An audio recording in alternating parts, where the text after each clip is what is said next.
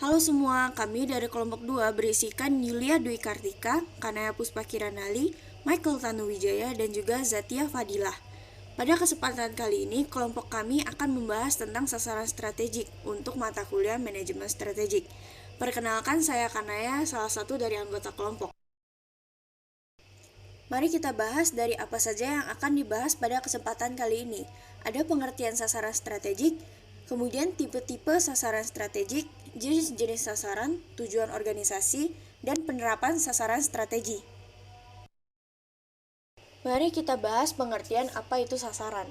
Sasaran adalah target yang terukur sebagai indikator tingkat keberhasilan dari tujuan yang telah ditetapkan. Sasaran berbeda dengan tujuan.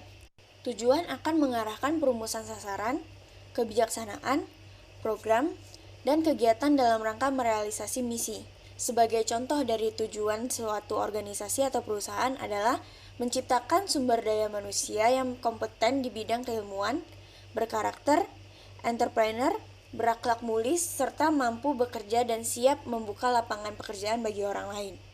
Adapun sasarannya adalah hasil dari tujuan tersebut seperti terciptanya lulusan yang profesional, berdaya saing tinggi, berjiwa kewirausahaan, dan berakhlak mulia. Oleh karena itu, dapat disimpulkan bahwa sasaran strategik adalah sasaran yang didefinisikan secara luas yang harus dicapai agar sebuah strategi berhasil. Tipe-tipe strategik menurut Fred David. Yang pertama ada integration strategies, kedua intensive strategies, yang ketiga diversification strategies, dan keempat itu defensive strategies. Integration strategies itu proses yang dapat digunakan bisnis untuk meningkatkan daya saing, efisiensi, atau pangsa pasar mereka dengan memperluas pengaruhnya ke area baru. Area di sini mencakup pasokan, distribusi, atau persaingan. Adapun bentuk dari strategi integrasi ini yang pertama ada forward integration, menambah porsi kepemilikan atau meningkatkan kontrol terhadap distributor atau retailer. Yang kedua ada backward integration, yaitu mencari kepemilikan atau meningkatkan kontrol terhadap perusahaan supplier. Adapun yang membedakan kedua ini adalah sebagai contoh pada forward integration, produsen pakaian yang biasanya menjual pakaiannya ke department store retail, sebagai gantinya mereka membuka lokasi retailnya sendiri. Sebaliknya, pada backward integration, itu mungkin melibatkan produsen pakaian yang membeli perusahaan tekstil yang memproduksi bahan untuk pakaian mereka. Bentuk ketiga dari integrasi strategis yaitu horizontal integration, mencari kepemilikan atau meningkatkan kontrol terhadap competitor. Misalnya gini, ketika Disney di sini adalah perusahaan di bidang hiburan dari Amerika, itu ketika mereka mengembangkan materi yang tidak diarahkan ke target pasar mereka, hal ini memungkinkan Disney untuk memperluas bisnis dan menciptakan target pasar baru yang memberi mereka lebih banyak keuntungan. Contohnya ada pembelian Marvel dengan film Iron Man. Tipe kedua dari strategi ini ada intensive strategies. Strategi ini diterapkan ketika perusahaan ingin memperluas jangkauan pasar atau lini produknya. Bentuk pertama dari intensive strategies ini ada market penetration, mencari peningkatan harga pasar sekarang dari produk atau jasa di pasar saat ini dengan usaha marketing yang lebih besar.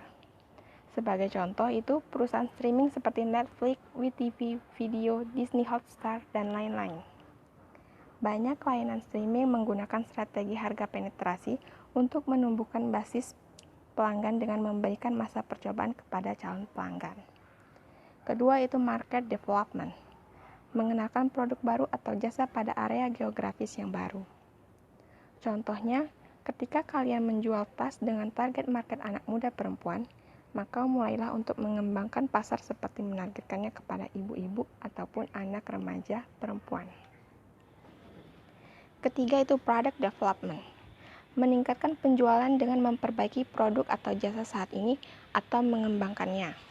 Kita ambil contoh pelayanan atau jasa, yaitu bisa mengubah perpustakaan tradisional menjadi perpustakaan elektronik untuk memfasilitasi pencarian dan aksesibilitas buku elektronik dan dokumen digital lainnya dengan lebih cepat. Diversification strategies. Strategi yang digunakan untuk memperluas pangsa pasar atau memasuki pasar baru dengan meluncurkan atau mengakuisisi produk baru. Mungkin bisa melalui lisensi, merger, atau akuisisi. Pertama, dari diversification strategies ini ada related diversification, yaitu menambahkan sesuatu yang baru tetapi produk atau jasa yang masih berhubungan. Contoh terbaik dari model diversifikasi terkait atau related diversification ini adalah perusahaan Apple Inc. Pada 1984, Apple meluncurkan komputer pribadi Macintosh. Pertengahan 1990-an, mereka dengan Microsoft memberikan alternatif PC yang lebih murah dan sederhana, walaupun kurang kuat. Menjelang akhir 1990-an, Apple mendekati kebangkrutan. Kemudian semuanya berubah. Pada tahun 2001, Apple meluncurkan iPod dan perangkat lunak iTunes berikutnya di 2003. Di 2007 peluncuran iPhone. Dan tidak berhenti di situ saja, Apple telah melakukan diversifikasi ke tablet, jam tangan, audio pintar, dan bahkan kendaraan listrik. Bentuk kedua dari diversification strategies ini ada unrelated diversification, yaitu menambahkan sesuatu pada produk jasa yang tidak berhubungan. Seperti Amazon sekarang, itu memasuki bisnis toko kelontong dengan pembelian Whole Foods. Yang terakhir adalah defensive strategies. Defensive strategies adalah alat pemasaran yang digunakan manajemen untuk mempertahankan bisnis mereka dari pesaing potensial. Yang termasuk defensive strategies adalah 1. Retrenchment. Retrenchment menyusun kembali dari awal cost dan pengurangan aset untuk mengembalikan penurunan penjualan dan profit. Contohnya adalah ketika kinerja perusahaan tidak memuaskan dan merugi, maka masuk akal untuk menutupi lini atau pusat bisnis yang tidak memberikan nilai tambah dan menjadi penghambat kinerja perusahaan. Yang kedua adalah divestiture.